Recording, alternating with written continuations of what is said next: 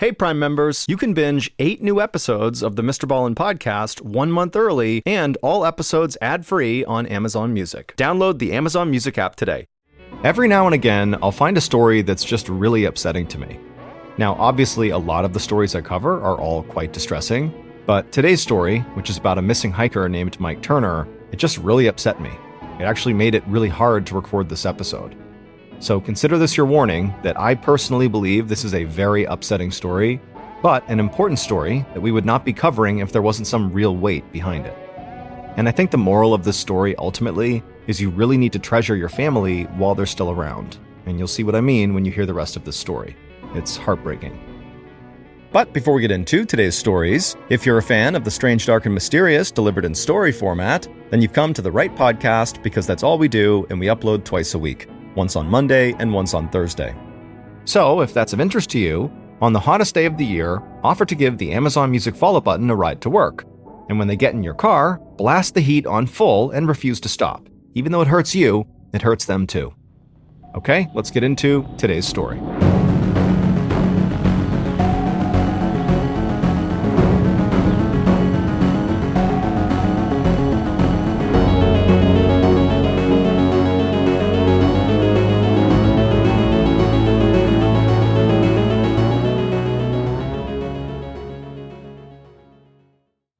Lamont Jones is shattered when his cousin dies just weeks after entering prison. The official report says natural causes, but bruises and missing teeth tell a different story. Wondery presents Death County, PA, a chilling true story of corruption and cover-ups.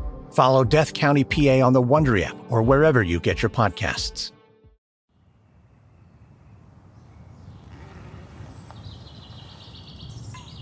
On the afternoon of August 2nd, 1998, a 48-year-old, 6-foot, 6-inch tall hiker named Mike Turner stopped for a moment and took his bottle out of his backpack and took a sip.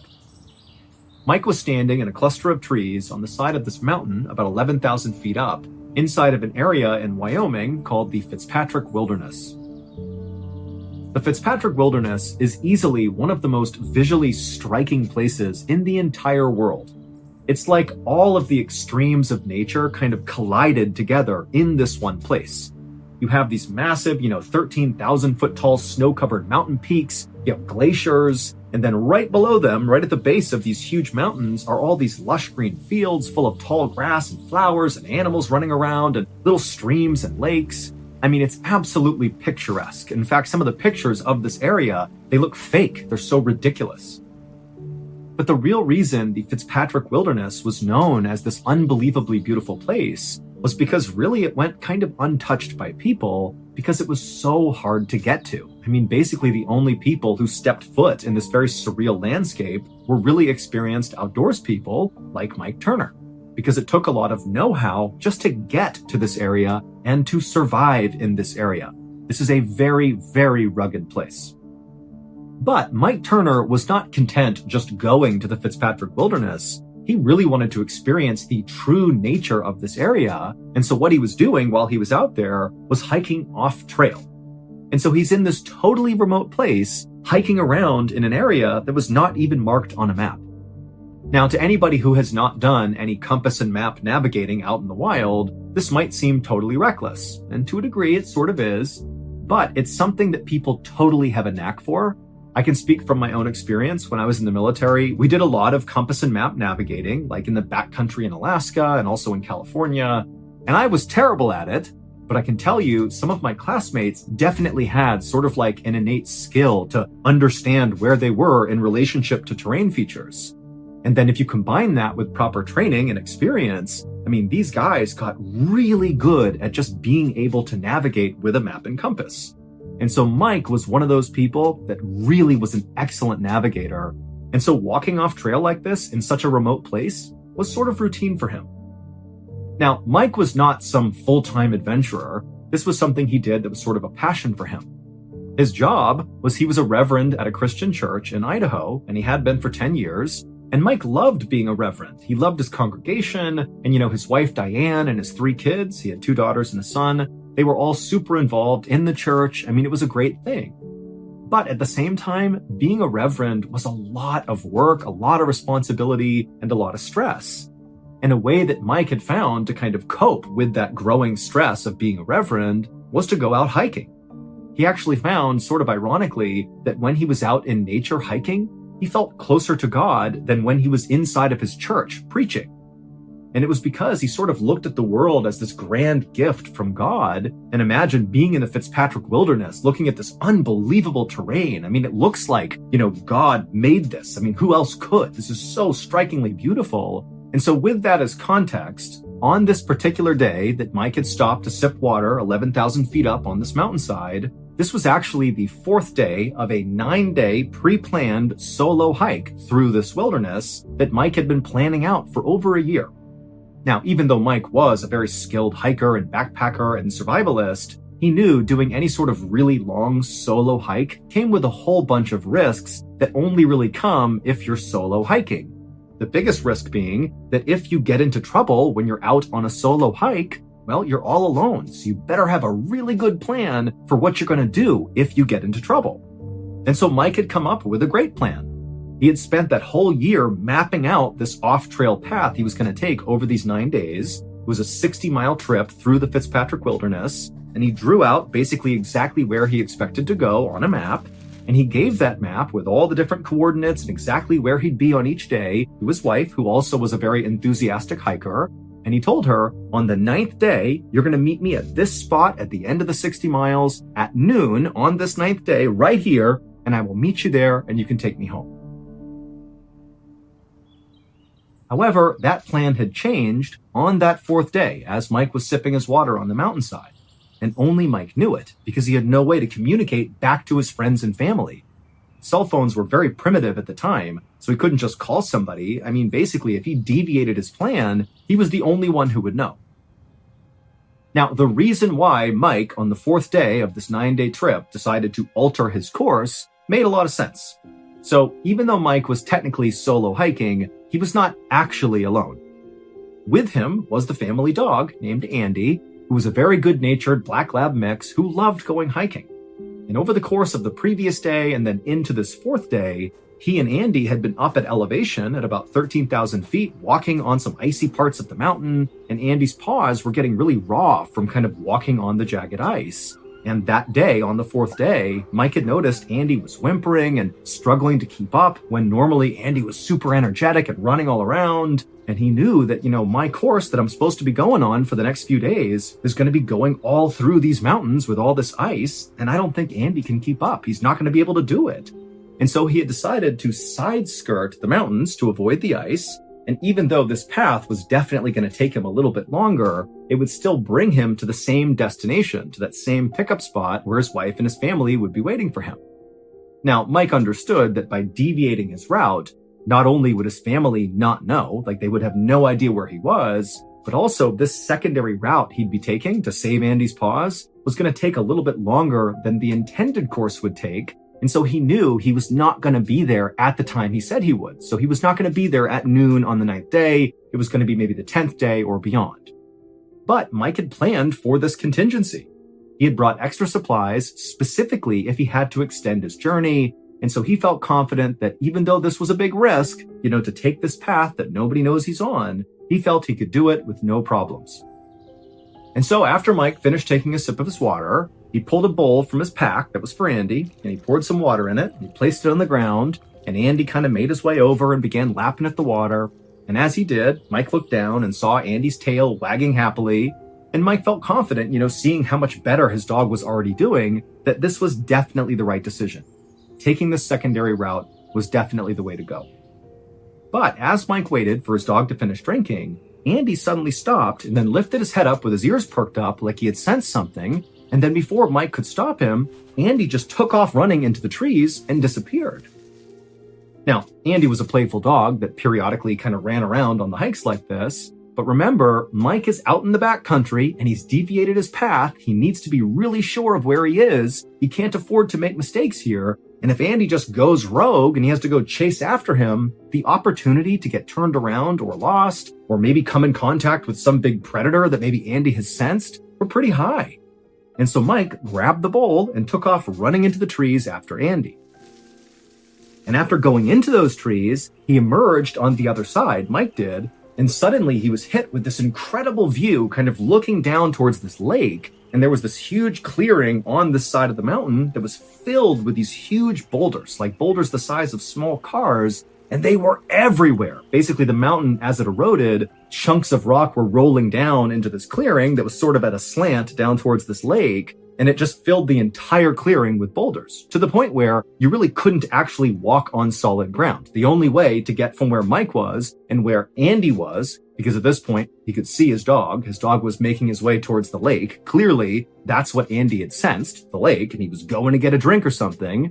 And so Mike knew to get to his dog, he would basically have to climb onto the boulders and jump from rock to rock all the way to his dog.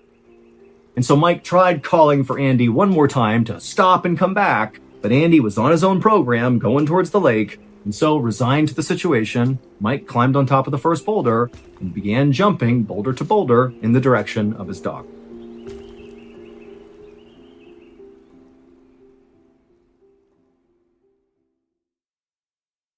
Hey guys, MrBallen here. You know how I tell strange, dark, and mysterious stories?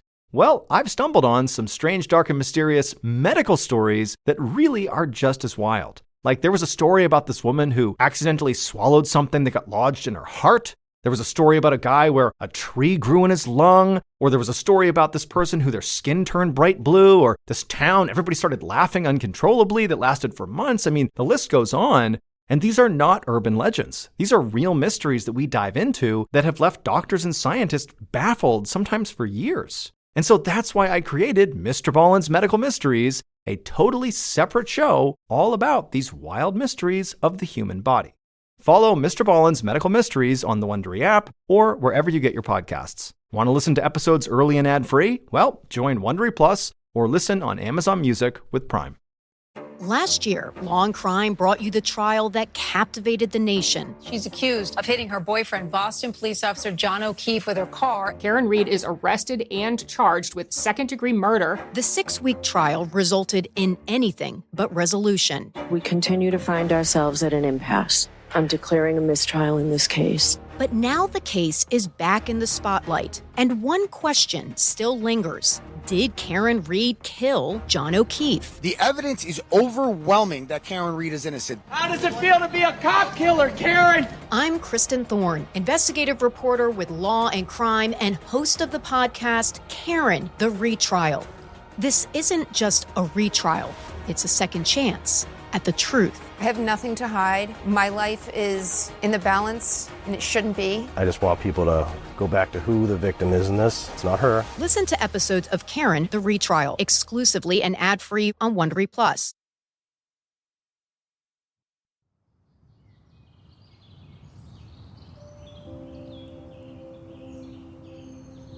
One week later, on the afternoon of August 9th, Mike's wife, Diane, along with her 3 kids and some family friends, stood at the start of a trail called the Big Sandy Trail, which was the designated meeting spot where Mike said he would meet his family at the end of this 9-day journey. And as Diane stood there at this meeting place, she kept anxiously checking her watch. Mike was late, and not just a few minutes late, he was a full 24 hours late. Mike was supposed to be there on the 8th at noon, and now it's the 9th, and he's still not here. But remember, Mike is a guy that did stuff like this fairly regularly. He was very competent out in the wild, and everybody knew when he went off on this journey that of course there was some variability to when he would actually arrive at the meeting place. You know, despite Mike saying, I'll be there on the 8th at noon, Diane and her friends and family all sort of felt like, well, I hope he's there at noon, but realistically he might be, several hours or maybe even a day late, and that's okay. And so the day before, when he didn't show up at noon, people were anxious, but they were okay. Now, 24 hours later, and still Mike has not shown up, there's no trace of him, Diane and her kids and the family friends, they were starting to worry. And in fact, before Mike left on this trip, he told Diane that if for some reason he does not show up on the 9th, so 24 hours after he said he would be there, and it's past 4 o'clock on the 9th, this is the trigger point, that Diane should call the authorities and assume something is wrong and send out a search party. And so Diane is checking her watch on the 9th, and soon enough, it's 4 p.m., Mike's not here, 4:05, 4:10, 4:15, still no Mike. And even though she knew her husband said, now it's time, go get the authorities, she just couldn't bring herself to do it. She felt like it's such a huge to-do if you get a search party organized out here. I mean, that's a massive effort, super expensive. And she felt like the second she told authorities that like Mike would come walking out of the wilderness with a big story to tell and a big apology for being late. And so she convinced herself that, you know what, give him one more day, I'm sure he's bound to show up. But the next day, on the 10th, when still there was no sign of Mike, that morning, Diane did go to the authorities and she reported Mike missing. And just as she expected, a massive search was launched for Mike. But you need to keep in mind here that again, Diane and the searchers and everybody besides Mike has no idea that he has altered the path he was on. And they're going to be searching this massive expanse of wilderness that even with the best of conditions, knowing exactly where someone is on their route, I mean, it's so hard to find people out here. I mean, it's totally rugged. Things are obscured from view, from the air, from the land. There are areas you can't even get to. There's predators out there. I mean, this is a dangerous thing to be doing. And again, they don't know he's not even on that path anymore. He's deviated. And so, despite helicopters in the air, horseback teams out in force, hundreds of volunteers combing the area looking for Mike, nobody found a trace of him. And after 2 weeks went by with this huge search producing nothing, they finally had to call it off. And so, of course, Mike's family is just unbelievably devastated. They have no idea what's happened to Mike.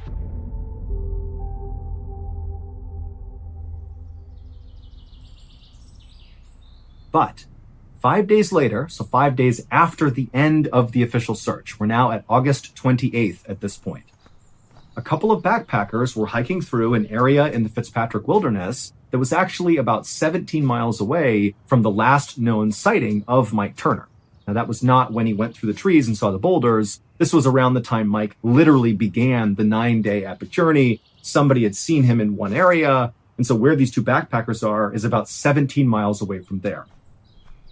And so these two backpackers, they were aware that Mike Turner was missing because there were flyers up all over the place around the outside of the Fitzpatrick Wilderness at the beginning of all the trailheads and in town and all over the place. So they were aware of this, aware that Mike was missing and his dog was missing. And as they're just sitting there taking a break, this totally emaciated, ragged-looking black lab came out of the tree line, whimpering and looking like it was on its last legs. It was Andy. And right away, these backpackers knew that's the missing dog. And so they lured the dog to them with granola bars, and Andy came up and he ate, they gave him water. And just so you know, Andy would survive and make a full recovery. And so after these backpackers have Andy in their possession, they immediately contacted authorities, who then got in touch with Mike's family and said, hey, we found Andy. And so you can imagine the absolute roller coaster of emotion Mike Turner's family is going through. Now that they hear Andy is okay, Andy's come out of the forest, they're thinking, oh my goodness, maybe Mike is okay too. Maybe Andy can lead us back to where Mike is. Mike is this totally skilled survivalist. He's got to be alive out there. And so after discovering Andy, a second search was launched using Andy as the guide dog. They basically went to that spot where the backpackers found him, and basically Andy's family and some other volunteers allowed Andy to lead them back into the wilderness, hoping it would lead them to Mike. And so as this new search began with Andy leading the way, a separate backpacker, who we will call Brian, just for the sake of the story, that's not his name, but we're going to call him Brian, he was hiking through a section of the Fitzpatrick Wilderness, not near where Andy was. This is a separate area. And Brian, he was not involved in looking for Mike Turner, but he was aware that Mike was missing because, again, he had seen all the missing person flyers, he'd seen the news, and when he began his own hike into the wilderness, he had seen at the start of his own trailhead a big flyer with a picture of Mike Turner and his dog saying he was missing. So Brian's aware of Mike Turner's absence, but he's just going on his own hike into the wilderness. And after a few days of solo hiking his way into this totally rugged expanse, he eventually reaches this kind of dense cluster of trees about 11,000 feet up on the side of a mountain, and he walks through those trees, and when he emerges on the other side, out in front of him, sloping down to a lake, is this unbelievable boulder field that practically takes his breath away. But that was not the thing that really got his attention. Instead, as he's taking in these boulders and this unbelievable view of the mountains in the distance and this lake, he noticed there was a man sitting on a rock fairly far across this boulder field with his back to Brian, just staring at the lake. Now, remember, this is like the middle of nowhere, and Brian certainly was not expecting to come across any other person on this journey. And so naturally he thought, okay, I need to go up and make sure this guy is okay, or if nothing else, I want to talk to him. I mean, this is a very rare thing to come in contact with other people out here. And so Brian began walking towards this guy to see what was going on. Well, that man was the missing hiker, Mike Turner. My goodness, did Mike Turner have a story to tell.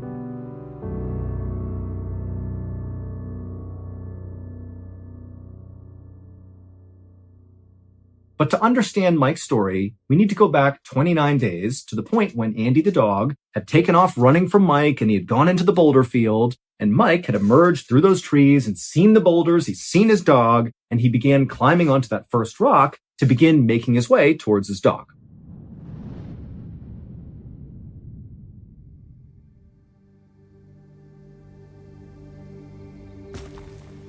So Mike, he gets up on that rock, and he begins hopping from boulder to boulder to boulder. And at first, it's going fine. He gets about halfway across the boulder field. He's, yelling to Andy to stay put, and he's kind of making his way. It's all good. But then he reaches this one particularly large boulder that when he jumped onto it, it was kind of unstable, and it began to wobble under his feet. And so instinctively, Mike tried to leap off of the wobbly boulder onto another boulder that was right nearby. But when he jumped, he sort of undershot this second boulder and so did not land on it and stay put on it. Instead, he kind of hit the face of this second boulder and slipped down to the ground. Didn't hurt Mike. He's just now on the ground in this small space between the boulders. However, unfortunately, the wobbly boulder right behind Mike, well, it didn't just continue to wobble. It wobbled to the point where it rolled forward and literally came to a rest against the second boulder that Mike had just jumped onto and failed to land on top of. Basically, wobbly boulder impacted second boulder, sandwiching Mike between them. But critically, it did not harm Mike. This is going to take some explaining, but it'll make sense after I go through it. Wobbly boulder had what looked like almost a U-shaped cutout on the face of the wobbly boulder. Like imagine a perfectly round boulder, but there's like a divot kind of sitting on the front of it. And it just so happened that on the second boulder in front of wobbly boulder, it also had a sort of divot on the face of it, kind of looking like a U shape. And when these two boulders collided, these 800-pound boulders, Mike happened to be standing exactly in the position where those two cutouts wrapped around him like shackles. They basically pinned his ankles together, where he could not pull his legs up and out of this totally tight space that was just big enough to hold his legs in place. It was like he was anchored to the ground. But again, Mike is unharmed. His legs aren't broken. He's not battered, nothing. He just cannot move. Now, Mike instantly would have known this is a really big issue because he can't move these 800-pound boulders. They are 800 pounds. And he's by himself, minus his dog, who can't really help him with the boulders. And so Mike immediately just jumps into, oh my goodness, I have to find a way to somehow just move these boulders even just a millimeter, a centimeter would be enough to free his feet. And so he pulled off his bag and one by one, he pulled out every piece of equipment he had, including his camera tripod and his stove and whatever he had. And he did everything he could to try to pry these stupid boulders off of him, but they would not budge. And so after 2 hours of trying in vain to free himself, it dawned on Michael that he was not going to be able to free himself. The only way he was getting out of here is if somebody found him and rescued him. And so Mike, doing his best to stay calm, he pulled out his journal he had brought along for this trip in order to detail, his closeness with God and, what he was learning throughout this journey. And he began documenting what happened to him to include, why he was in this boulder field, what he was doing when he got stuck, how he wound up in these sort of granite shackles, so to speak. He also very clearly in his writing was very much putting his faith in God to get him out of here. He wrote in his journal on this first day, 2 hours into this predicament, I am in your hands, Lord. I don't know what I may face. The idea being, I don't know what's going to happen to me, but my faith is in you. I know you will help me through this. And so after writing this initial entry, Mike turned his attention to survival. Like not trying to push the boulders off, but trying to survive amidst the boulders as long as possible. And so he pulled out his blue sleeping bag and kind of wrapped it around himself to insulate himself. He got out his stove, and there was some snow in reach, and he began putting snow in his stove and melting it to create water. And he also pulled his tent flap over the top of him. I mean, he was basically setting up camp inside of these boulders. And that first night must have been absolutely horrifying. I mean, the temperatures dropped down to near freezing, even though during the day it was over 100 degrees Fahrenheit. But that night, he's in this horrible position, just trapped with his own thoughts, just hoping and praying that, God was going to get him out of here.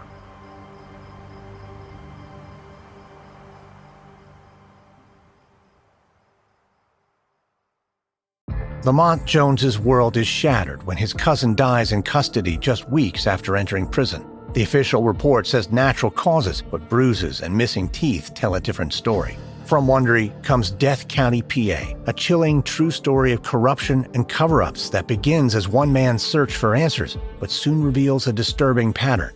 Lamont's cousin's death is just one of many, and powerful forces are working to keep the truth buried.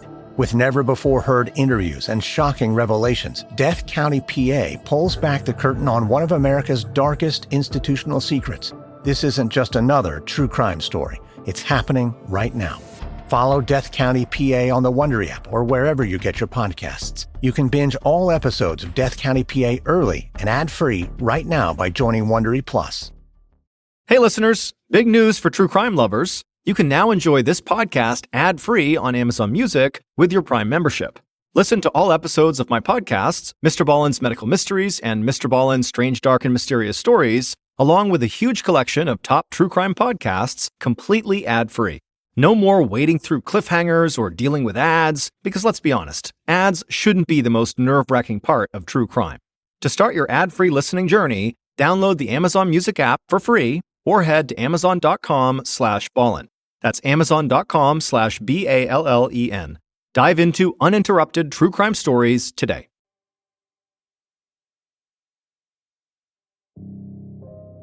The next day, when Mike woke up, he wrote in his journal some more, and he began detailing his biggest fears.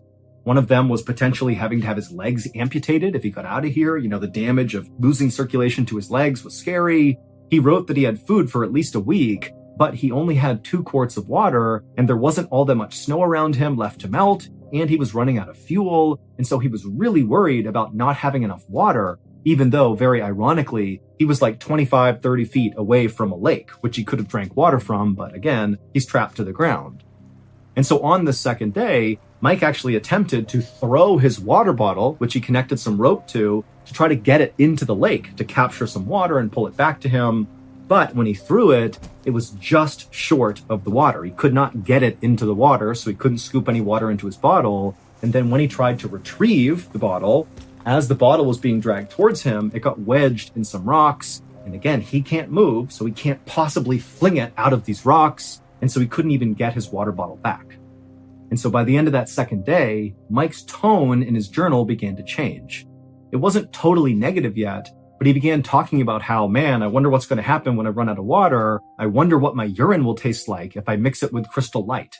So it was kind of like he was joking about the fact that he was going to try to make his pee taste better, but it also showed he was beginning to realize just how serious the situation was. Nobody knows where he is. He's completely off the beaten path. He has no idea if anybody even knows he's in trouble, and he's about to be out of water.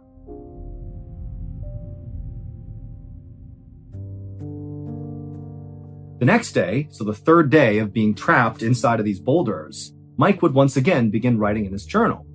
And his tone seemed a bit more optimistic, despite the fact that he has not solved, this water crisis he's about to face. He's down to his literal last quart of water.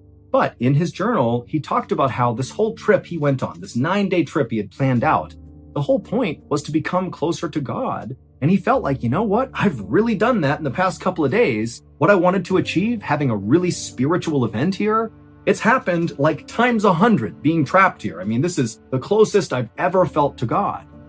But you could just tell there was just an underlying sense that I'm going to get out of here. I'm going to learn from this experience. I'm not going to take stupid risks anymore. I'm going to be a better father, be a better husband, be a better reverend. I'm going to make something of myself. I'm going to improve as a result of this suffering I'm going through right now. However, over the next few days that Mike continued to be trapped in these rocks with no help coming, his optimism clearly waned. He began to write that he was angry with God. He wondered, is this a punishment for something I've done? And he also thought, maybe I failed God, and that's why I'm here. But it was just clear that Mike, who was this deeply spiritual person who absolutely believed in a higher power, how could he be in this terrible position and not be getting any sort of help from God? How could that be? But unfortunately for Mike, his situation only got worse. On about day 5 or 6, as Mike was laying wretchedly inside of this horrible camp he had built, he noticed that he had completely lost feeling in his left leg. Like completely. It was a dead leg at this point. And even though he knew by this point how bad of a situation he was in, this sparked a new, very real fear inside of Mike that he detailed in his journal. He knew his body was actually beginning to break down, and still there is no help, no divine help coming in despite all his prayers. There's no one coming to rescue him. He is all alone. In fact, Mike would write in his journal something that practically brought me to tears when I read it first, and it just said, "So lonely, more than I imagined."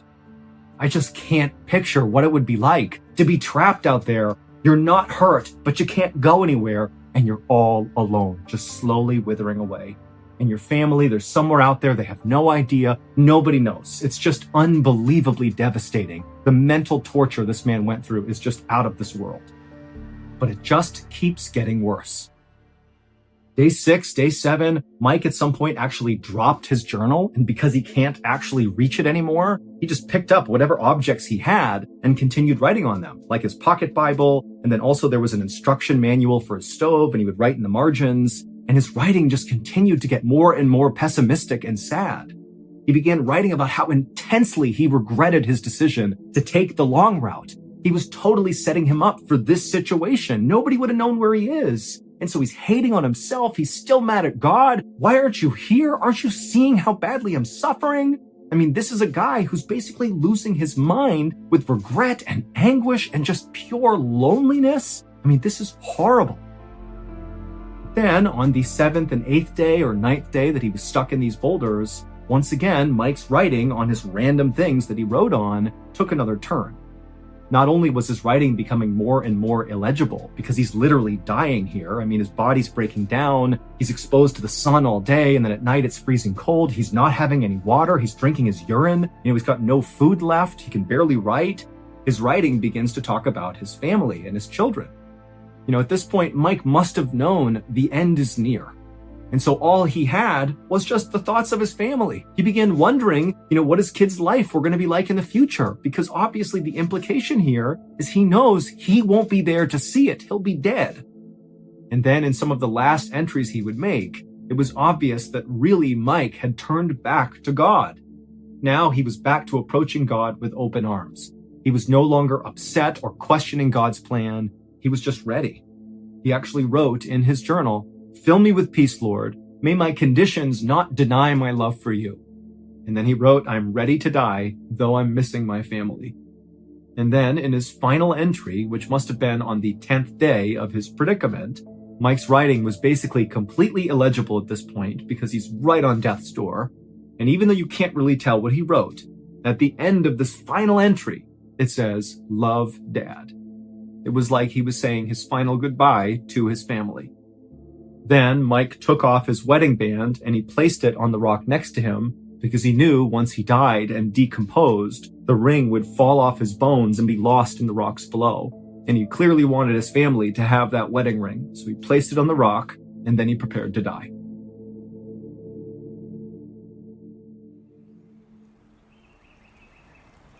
When Brian the hiker walked up to the sitting man he saw on this boulder, he realized almost immediately that that was Mike Turner because he had seen the missing person flyers before he came into the wilderness.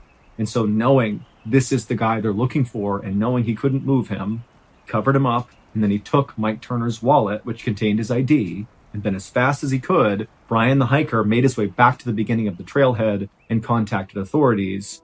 I will say it took Brian almost 3 days to contact authorities, and he was going as fast as he could, retracing his steps. So that really gives you a sense of really just how remote of an area Mike was in when he passed away.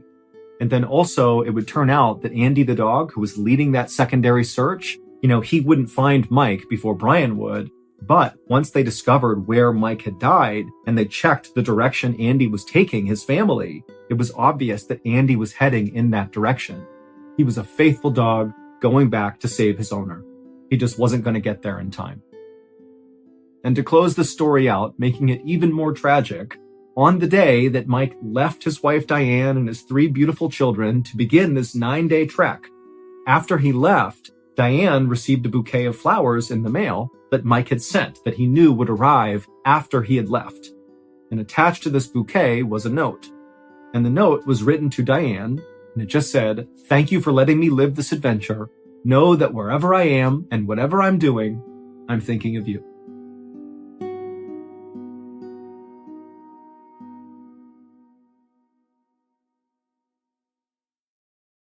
A quick note about our stories. They are all based on true events, but we sometimes use pseudonyms to protect the people involved, and some details are fictionalized for dramatic purposes.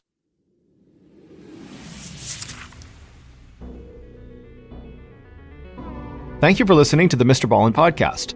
If you enjoyed today's stories and you're looking for more bone-chilling content, be sure to check out all of our studio's podcasts. There's this one, of course, the MrBallen podcast, and there's MrBallen's Medical Mysteries, Bedtime Stories, Wartime Stories, Run Fool, Redacted, and Late Nights with Nexpo. All you have to do is search for Ballen Studios wherever you get your podcasts. To watch hundreds more stories just like this one, head over to our YouTube channel, which is just called MrBallen. So that's going to do it. I really appreciate your support. Until next time, see ya.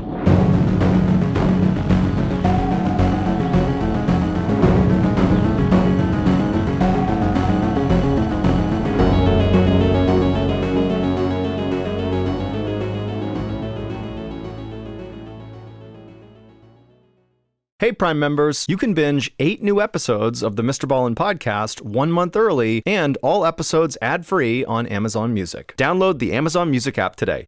And before you go, please tell us about yourself by completing a short survey at Wondery.com/survey.